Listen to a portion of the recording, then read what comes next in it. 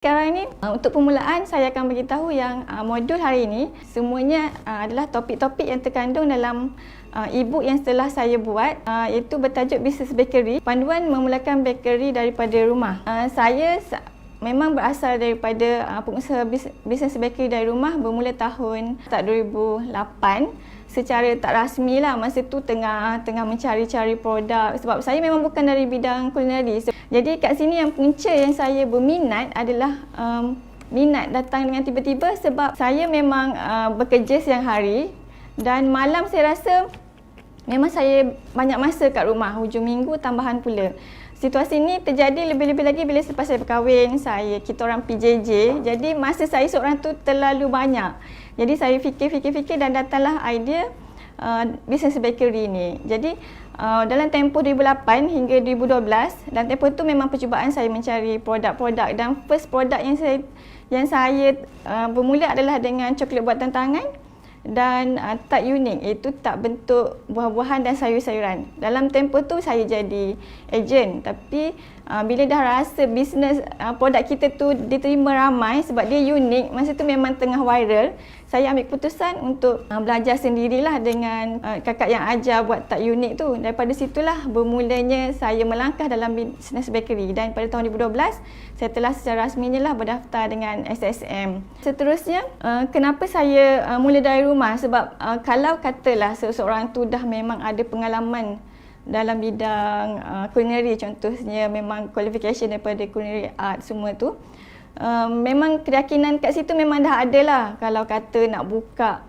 kedai bakery tu mudah ajalah sebab memang dah ada ilmu. Jadi tapi saya tak ada ilmu lagi. Jadi daripada tempoh belajar kat rumahnya lah saya testing produk, dan first memang kena testing tu kita kena bagi jiran-jiran kita rasa, lepas tu bagilah suami ke adik ke ataupun family kita rasalah, untuk pastikan first produk kita tu kena menepati cita rasa yang kita anggap benda tu customer akan suka. Saya suka letakkan diri saya ni adalah penjual, dalam masa sama saya juga membeli produk yang lain. Biasanya kalau kita beli produk kek ke biskut ke, kalau sedap confirm kita akan repeat order kan. Jadi saya meletakkan saya di situasi penjual dan juga pembeli. Selain itu, kenapa ia perlu start daripada rumah?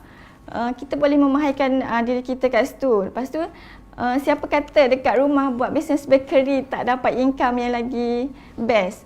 Sebabnya kalau kita buka kedai bakery, kos dekat situ kita akan menyebabkan kedai, pekerja semua. Kalau daripada rumah, kita dah jimat sebenarnya daripada costing sewa rumah, nak kena set up, semua tu. Jadi kat situ tu risiko dia tu rendah sikit. Kita lebih yakin untuk memahirkan diri sendiri dengan produk-produk yang kita keluarkan tu untuk dipasarkan kepada market lah. Formula yang paling jimat lah kalau kita nak start daripada rumah, kita kena cari produk apa yang memang unik. Macam kita tahu kita nak masuk ke pasaran tu, kita kena ada sesuatu yang unik, yang orang tengok produk kita tu, orang tak rasa lagi tapi orang dah tertarik untuk membeli. Sebab tu saya mulakan produk saya ni dengan tak unik. Kita tengok produk tu pun orang tahu, unik je, apa benda ni, orang akan tanya. Daripada situ kita dah memperkenalkan produk, orang tak kenal lagi siapa buat, tapi orang kenal produk kita. Daripada situlah market tu akan berkembang lah. Dia seperti yang saya telah buat dengan produk tak unik tu, saya pelbagaikan dia punya packaging. Kita varietykan kita punya produk tu. Memang orang kata satu produk, tapi kita boleh mengembangkan dia. Contoh, produk ni pula, kita kena tengok produk ni sama ada sesuai untuk makanan harian ataupun untuk majlis tertentu ataupun untuk musim perayaan. Untuk maintain dalam perniagaan business bakery ni, kita kena maintainkan ketiga-tiga jenis ni. Kalau kita buat je produk harian, nanti kalau untuk perayaan pula, kita tak ada produk dah. Mesti produk yang berlainan. Jadi sekurang-kurangnya kita kena ada 3 produk yang berlainan, iaitu produk makanan harian, produk majlis tertentu ataupun musim perayaan. Jadi daripada produk itulah kita akan mengembangkan dia kepada Satu, peralatan yang kita kena beli. Apa contohnya, kita nak start dengan brownies. Brownies kita perlukan yang simple je barang. Of course, first kita perlukan oven. Oven tu dia akan relate dengan brownies ni. Teknik dia kita tak perlu gunakan mixer. Jadi kita perlu whisk, kita perlukan bowl biasa je. Memang simple je. Peralatan kita tu bergantung kepada produk apa yang kita nak keluarkan. Selain itu, contoh kita nak buat roti, percubaan kita boleh pakai bread maker. Yang ni untuk permulaan lah. Saya pun pakai, first saya beli bread maker dia nama Tesco je. Yang tu pun dah okey dah sebenarnya untuk kita buat. Dan bila kita nak produce lagi banyak, kita boleh beli mixer yang lagi besar sikit. Untuk sebab yang penting adalah sekarang ni, kalau kata rumah kita nak menjimatkan kos, kita start dengan peralatan kecil. Contohnya oven. Saya start dengan oven kecil je dulu. Yang memang yang kecil yang boleh masuk satu tray je. Lepas tu kemudian baru kita upgrade kepada yang besar sikit. Dan bila kita yakin untuk produce kita punya produk lagi cepat dan lagi banyak, kita belilah yang besar. Kat situlah pentingnya pengurusan kos. Seterusnya, yang paling special dalam ibu saya ni, saya ada sebut tentang formula 2M dan 2P.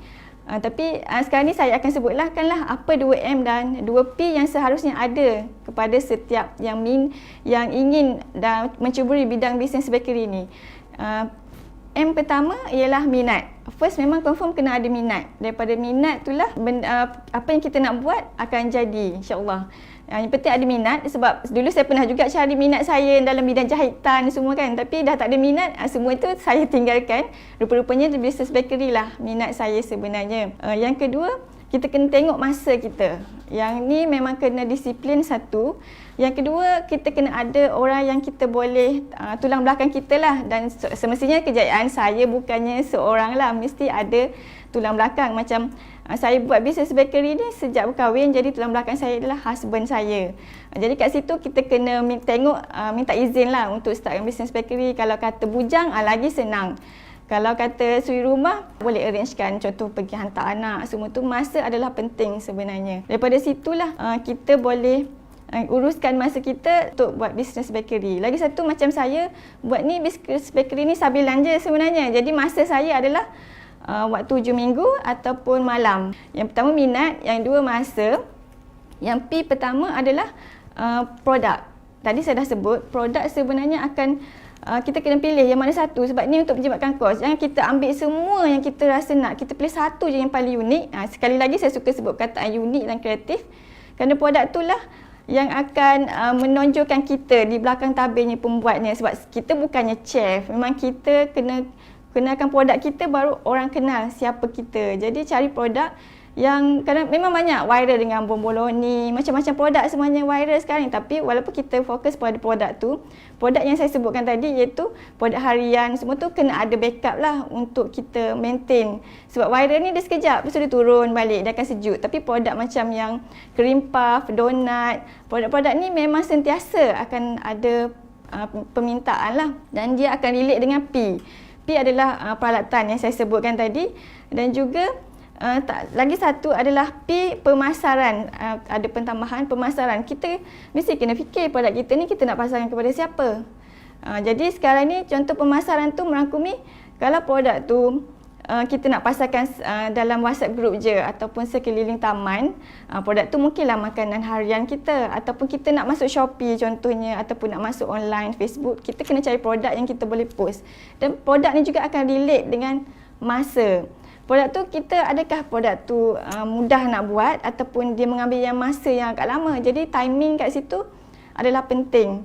Masa kita pilih produk tu, jangan pula sampai kita dah collapse, dah tak tahu nak handle yang mana satu. Jadi start dari awal ni, pilih dulu produk, peralatan semua tu, buatkan satu mind mapping, apa kebolehan kita, apa kemampuan kita, fokus kepada produk tu. Jangan nak try macam-macam. Yang tu pun dah membazir dah. Buat dulu mind mapping, kenal diri sendiri, yang mana kita nak buat. Sampai ke pemasaran kita kena fikir macam mana kita nak pasar, nak post, kita kena packing lain, produk yang lain. Untuk daily ataupun hujung minggu ke ataupun makan harian lain. Kat mana kita nak belajar? Mesti nak tanya kan kat mana saya belajar business bakery dulu. Masa zaman saya dulu tak ada macam sekarang mudah. Sebab masa tu benda tu adalah masih baru. Jadi dulu yang saya dapat jumpa adalah kelas yang macam memang hands on lah. Biasa saya attend dekat college community. Lepas tu yang buat personally baking kat rumah, dan fee dia juga boleh tahan jugalah. Sebab tu kita kena pilih lah yang mana kita boleh pergi. Jadi daripada situ, sebab kalau kita tengok resepi ni kan, dia majoriti hampir sama je. Dia ada penambahan bahan tu, bahan ni dikurangkan, bahan tu lebih. Jadi yang penting bagi saya teknik macam mana kita nak membuat produk tu menarik lah. Tapi sekarang ni banyak, memang saya akui dekat Facebook macam-macam kelas PJJ yang ada dengan nilai yang amat-amat murah lah. Boleh je nak beli mana-mana satu yang kita berkenan dekat hati. Jadi tu memang sekarang punya peluang lah. Saya pernah try buat sebab minat, tapi tak tahu nak access kat mana resepi. Saya Google je, cari je resepi, sebab dekat internet pun saya akui banyak chef yang sharing resepi. Jadi dekat situ kita boleh try and error lah. Lagi satu, kalau nak buat, tips dia kita kena buat dengan sepenuh hati lah. Kalau saya suka dengan sepenuh hati. Jangan kita main ikut resepi je, kita tak ada perasaan, tangan je yang bergerak, tapi jiwa kita ni kita tak letakkan dalam kek ataupun cookie. Saya suka start dari situ, sebab saya memang start awal memang daripada resepi internet je. Lepas tu lah tapi benda tu jadi sebab kita kena letak dengan jiwa kita sekali. Yang ni dalam kos produk tu, sebelum kita keluarkan produk, kita kena ada jugalah pengiraan produk. Dalam produk tu kita kena letak upah kita sekali. Lepas tu dia macam, walaupun tak kedai, tapi kita kena kira elektrik, api, semua. Jadi kat sini pun harga produk tu memainkan peranan jugalah untuk kita punya bisnes ni. Walaupun bisnes saya di rumah, kita make it professional. Jadi duit tu memang, profit tu kita simpan. Lagi satu, saya banyak nampak homemade baker sekarang dah pergi ke buka bakery sendiri. Jadi memang dah ramai sangat buka bakery sendiri. Jadi saya memang suka respect lah diorang ni, sebab duit diorang tu memang diorang disiplin simpan. Jadi dalam masa sama, benefit yang start dari rumah ni, diorang dah ada customer tetap.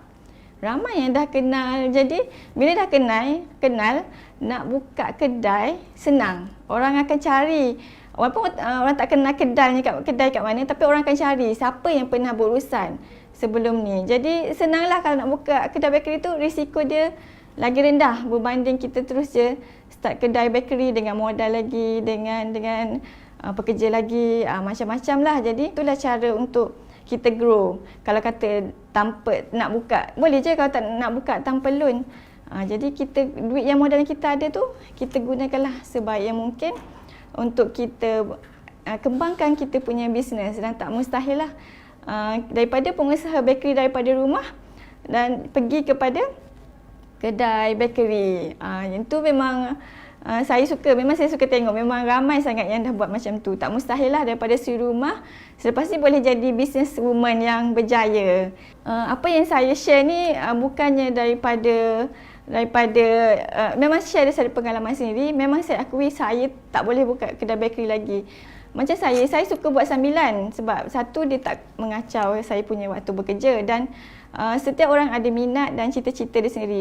Seminar hari ni lebih kepada si rumah. Kadang saya jealous dengan si rumah tau, sebab masing-masing banyak masa kat rumah.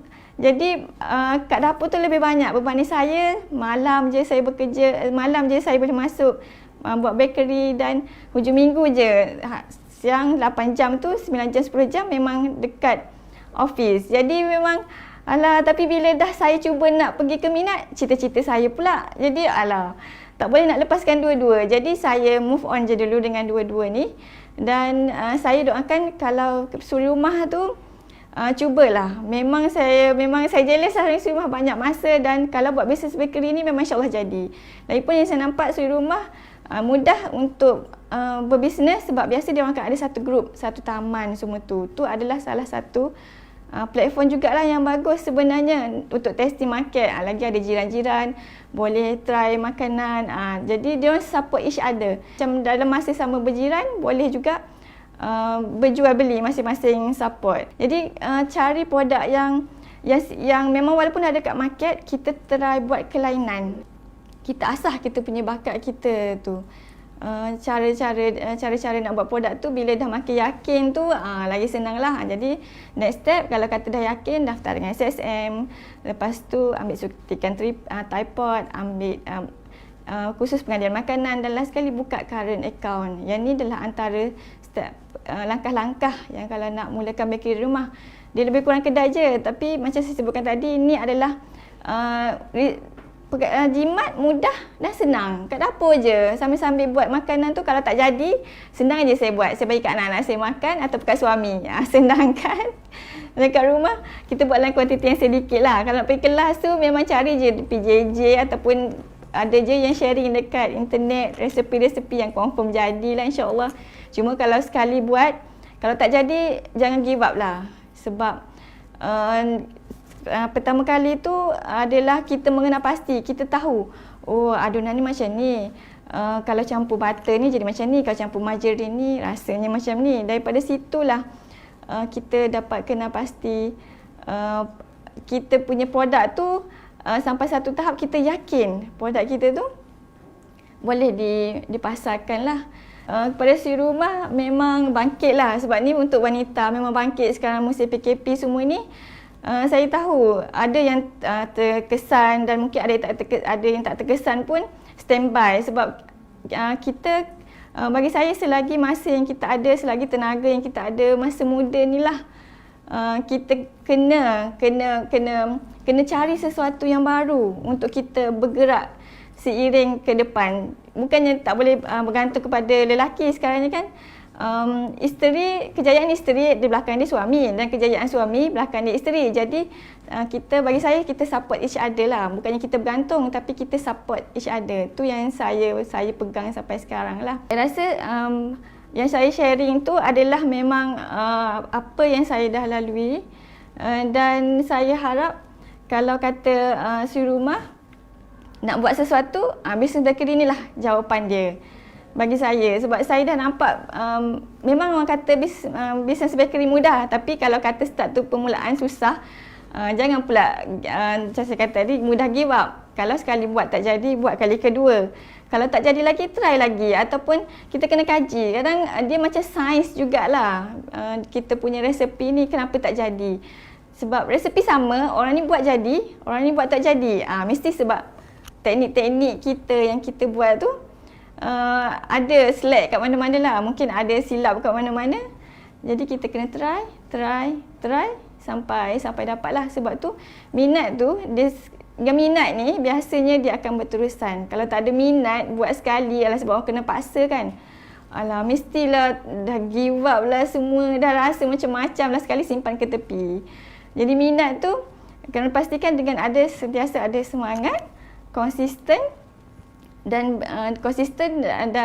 ada matlamat. Kita kena nampak letak satu matlamat. Mungkin orang kata matlamat tu tak nampak. Jadi yang penting matlamat tu kita kena ada. Apa matlamat kita? Kita bagi masa, bukannya kata buat hari ni tu sehari nak jual, tak. Contoh bagi masa kita sebulan ataupun 2 minggu, ataupun jika dah expert dah, memang dah selama ni dah rasa dah selalu buat kat anak-anak, memang dah sedap dah produk kita tu, beranikanlah diri untuk jual lah. Jadi sebab kadang-kadang orang yang berniaga ni, dia bukan je dia belajar, tapi resepi turun-temurun. Tu pun boleh contoh daripada mak dia, memang tak perlu belajar, memang dah expert dah, memang daripada mak ataupun nenek yang bagi resepi tu. Jadi tu lagi mudah sebenarnya. Kena yakin dah ada matlamat, bagi masa untuk kita teruskan kita punya bisnes bakery ni. Sebab dia memang, saya rasa memang rugilah kalau siapa-siapa yang dah ada minat tu terpendam kat situ, tak tahu nak buat apa. Ambillah langkah pertama. Langkah pertama biasa kalau kata susah pun, langkah pertama je akan susah. Langkah kedua dan ketiga seterusnya memang menyeronokkan. Sebab sekali je kita buat order, lepas tu kita akan dapat repeat order, memang membunga-bunga lah kita punya hati.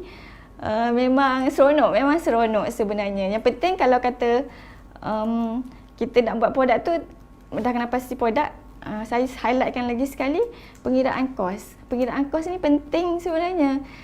Yang tu kena betul-betul study, sebab silap bagi harga kepada customer, dia pegang harga tu, memang jangan lepas tu kita rasa dah salah kira lah. Yang ni pulang modal je ataupun tak pulang modal je. Jadi kat situ pun masalah juga. Yang tu adalah untuk kira kos tu memang kena teliti dengan betul lah. Sebab memang kita akui, kalau kita perasan harga dekat luar jadi pesaing, ada dijual murah. Lagi satu, kalau jual murah tu kita jangan macam takut untuk letak harga. Sebab tu tadi dia relate dengan unik ataupun kelainan yang kita bawa. Dekat situ, walaupun kita sama, kita boleh letakkan harga yang orang boleh beli. Sebab orang pun akan tahu homemade bakers ni harga dia lain sikit sebab biasanya kita buat dah premium dia punya produk. Jadi jangan sebab orang letak rendah, kita pun letak rendah. Sedangkan kos kita lain dan bahan-bahan kita guna lain dengan dia. Jadi contoh customer kata seorang mahal lah, jangan terus kita tak nak berniaga ke, tak nak jual ke. Kita kena yakin dalam apa yang kita buat tu, kita buat ikhlas dan kita yakin rezeki kita insya-Allah ada. Sebab memang tu yang persaingan harga tu memang salah satu sekarang yang saya perasan jugalah. Orang sanggup jual murah semua tu, tapi kena tahu juga apa bahan-bahan yang digunakan compare dengan bahan kita. Dan harga tu jangan takut untuk letak harga, jangan pula letak tinggi mentang-mentang lah nak letak harga kan, jangan. Sebab kita kena tengok jugalah tinggi pun.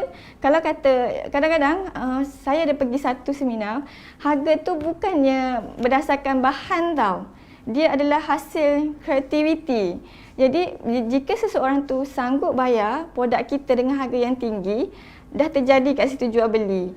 Jadi jasa bahan produk yang kita buat tu orang sanggup beli, satu sebab orang kagum dengan hasil tangan yang kita buat yang orang lain tak dapat buat. Jadi jangan pula letak rendah. Jadi bila tak tinggi pun orang sanggup beli. Kat situlah keyakinan yang kena ada. Rezeki ada kat mana-mana pun. Tapi saya rasa apa yang saya sharing ni, saya harap dapat memberi semangat kepada wanita-wanita lah.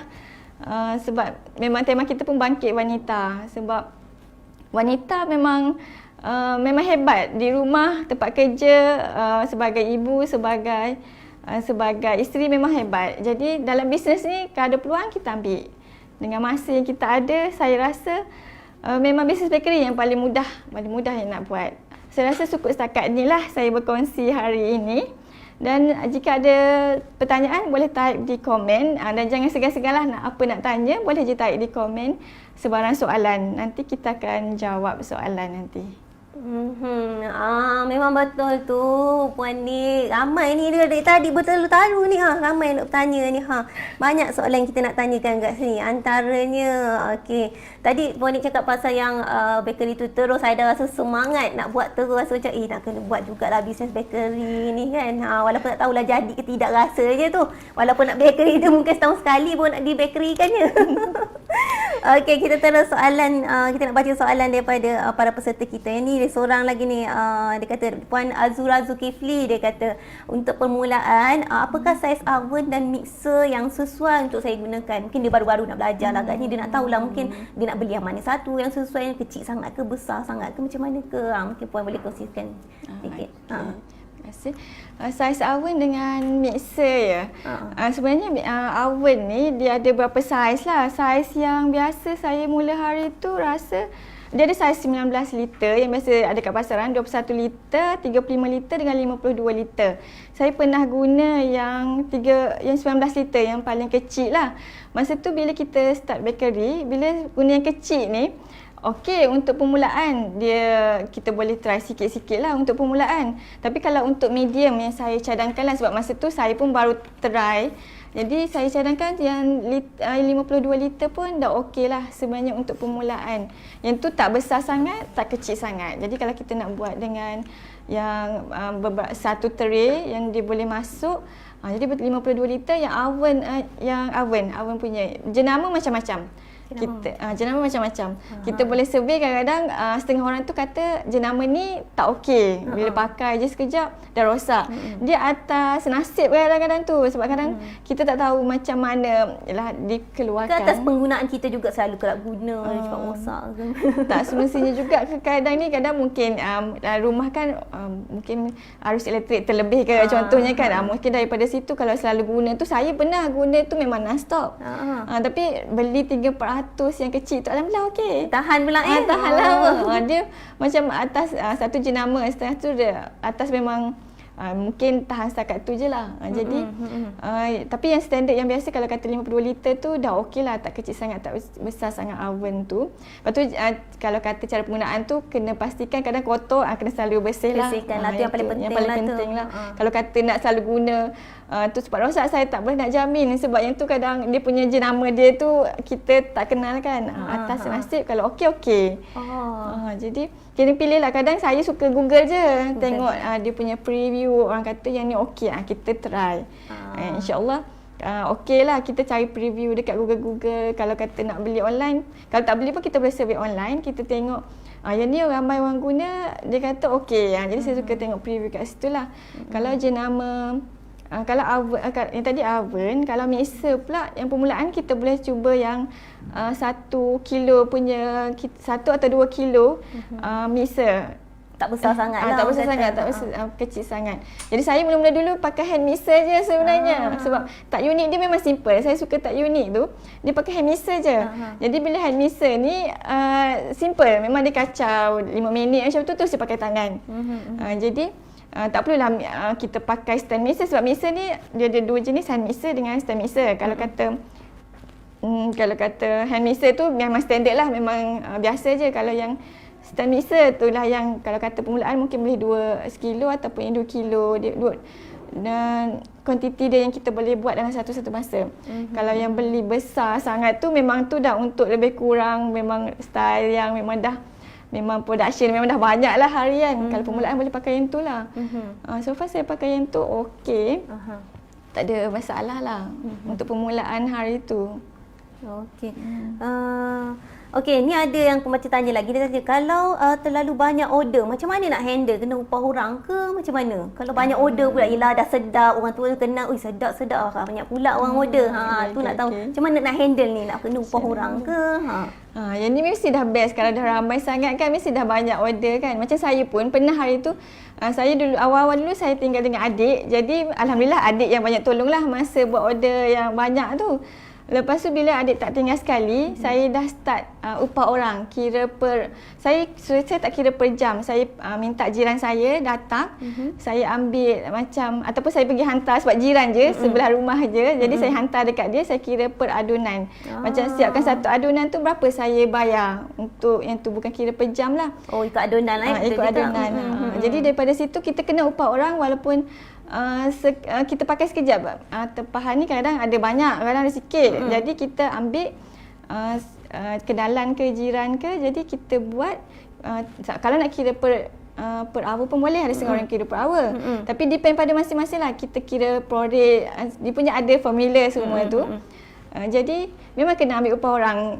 Lepas tu bila dah tak ada ataupun slow balik, kita kena rehatkan dia lah. Bila kita perlu je, kita panggil. Yang tu pun boleh. Itu memang saya buat sendirilah sebenarnya. Ni ada lagi satu soalan daripada Puan Nur Hayati Subuh ni. Dia kata, bagaimana nak dapatkan rasa dan bentuk yang konsisten pada produk jualan saya?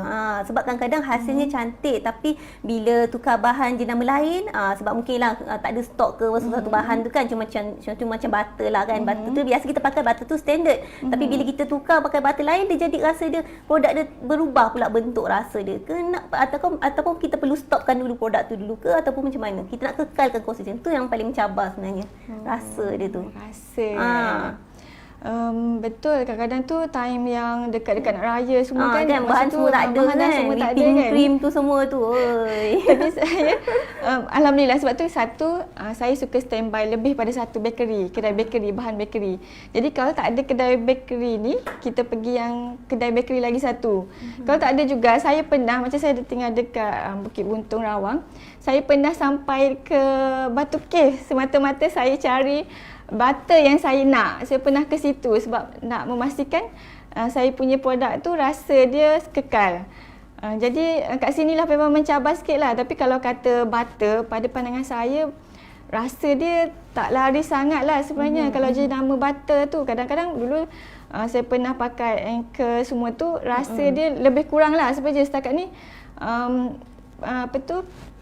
pelanggan boleh terima lagi kita punya rasa yang kita tukar butter ke. Dan tepung memang kadang-kadang tu kita beli tu, contoh kita ikut resepi dah cukup dia punya ni Tapi bila kita buat, kenapa jadi lain? Sebab itu mencabar juga, sebab kadang tepung tu mungkin dah lama.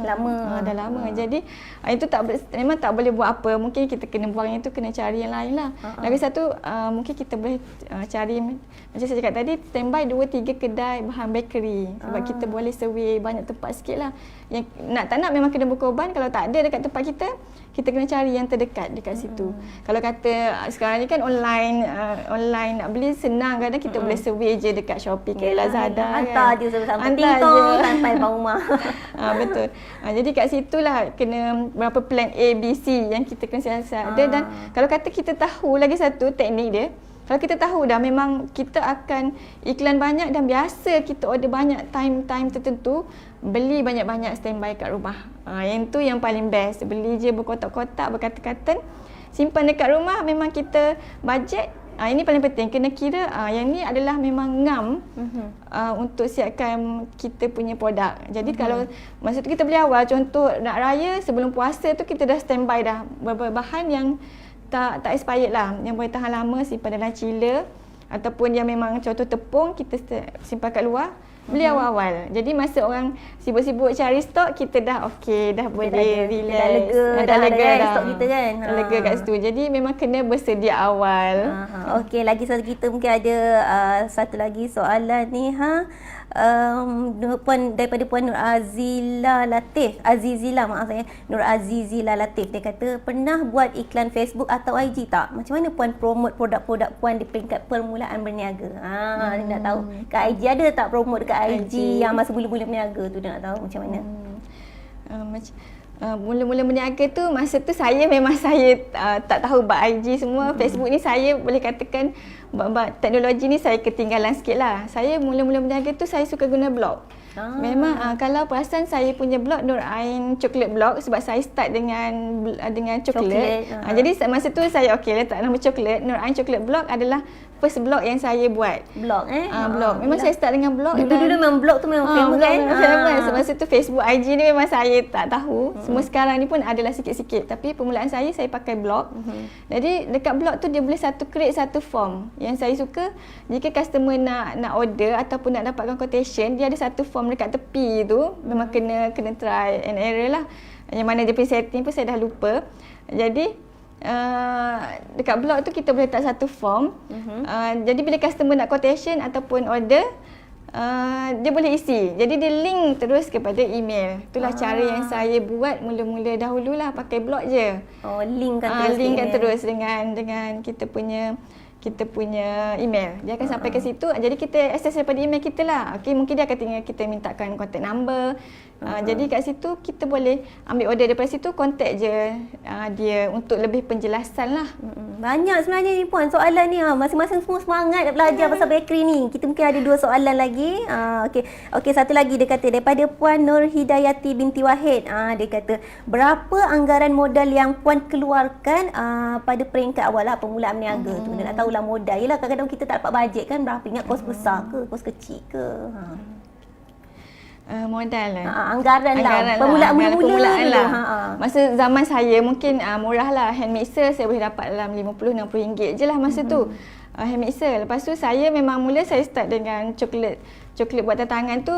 Kita punya mall coklat tu dalam RM2-3 lah masa tu saya dapat beli. Jadi kalau kata nak beberapa jenis mall acuan, kita belilah contoh 5 yang pertama. Jadi kita belilah RM2.50 contoh satu darat dengan 5. Tu modal dia lah. Jadi hand mixer saya untuk tak unik, tak bertubuh-tubuhan tu. Jadi saya bila pakai hand mixer, saya pakai bekas biasa je. Jadi bekas biasa tu kita beli yang macam bekas yang biasa je. Jadi kat situ pun dah boleh pakai, dah jimat duit kat situ. Lepas tu oven memang saya sebut tadi saya pakai yang kecil je dulu. Masa tu oven saya dalam 300-400 je lah yang saya beli masa tu. Jadi saya beli oven, mixer, hand mixer tadi, itulah kos saya. Lepas tu kos bahan tu biasalah kita pergi dari bakery, kita beli tepung, beli yang perlu je dulu. Macam dalam resepi kita tu memang pakai tepung gandum je. Kalau boleh jangan pakai tepung gandum yang murah lah. Sebab tepung gandum ni mahal tu kadang-kadang dia memang nama tu bergandung, sebenarnya dia punya kandungan dalam tu lain sebenarnya. Kualiti lah, kena pakai barang kualiti lagi lah. Sikit. Jadi jangan ambil yang paling rendah sebab dia punya rasa akan berbeza kat situ lah. Tepung yang tu biasa je lah, tapi aset yang besar adalah tadilah hand mixer dengan oven. Oh, okey. Okey, mungkin ni soalan yang terakhir lah daripada Usha Rani. Dia kata, kalau customer minta hantar kat rumah, macam mana nak charge transport tu? Macam mana tu minta hantar kat rumah? Kita nak charge macam mana pula tu? Ikut macam mana? 1 kilometer ke? Lamsam je ke? Campur sekali dengan produk kita punya modal ke? Macam mana ke?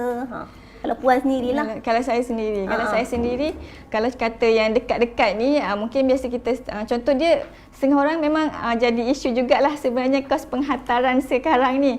Tapi biasanya kalau yang saya pakai, kita tengok ranking harga kawasan kita tu, contoh kita Taman A, hantar ke Taman D, jauh sikit. Mungkin masa tu ambil masa 5 ke 10 minit.